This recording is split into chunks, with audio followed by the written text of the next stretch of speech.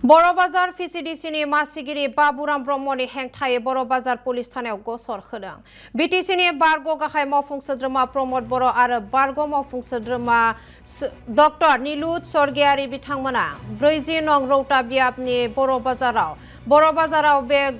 बर' बाजार VCDCनि मासिगिरि बाबुराम ब्रह्मनि हेंथायै पुलिस थानायाव गसर होदों।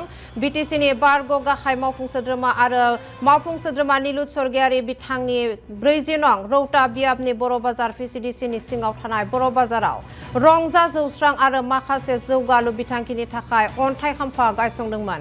अन्थाइ खाम्फाखौ आयेन बेरेखायै बुफायनायनि हेंथायै बर' बाजार VCDCनि मासिगिरि बाबुराम ब्रह्मनि हेंथायै थानायाव गसर होदों। थांनाय UPPL सरकारनि समावनो गनायथि मोननाय खामानि सोलिबाय थानाय बेनि अन्थाइ खाम्फाखौ बर' बाजाराव BPFनि गुन्दा बाहिनीफोरा आयेन बेरेखायै बुफायदों होननानै अजद लाबोदों आरो बर' बाजार प्राइमारि UPPLनि गोख्रों अजद।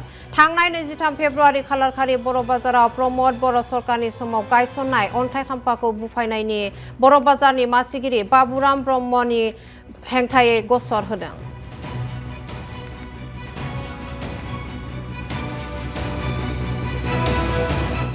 प्रमद सारा बे जोंनि माबा कालचार स्टेज मोनसे खुन्था गायसंना लादोंमोन फाउन्डेसन स्टोन बेखौ नैबे थांनाय फेब्रुआरिनि 23 आव BPFनि माखासे गुन्दागिरिफ्रा बुख्रा गालांबाय।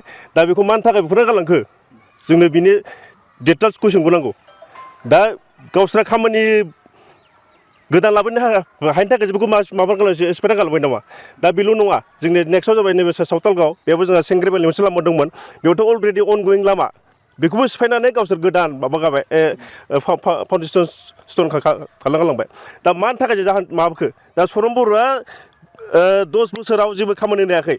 दा जोंनि बै जा अनगयिं खामानिखौसो बिसोर जास्ट माबा जोंनि स्टेसन माबा फाउन्डेसन स्टोनखौ सिफाय गावसिनि नाम खालामनो सानदों नामा?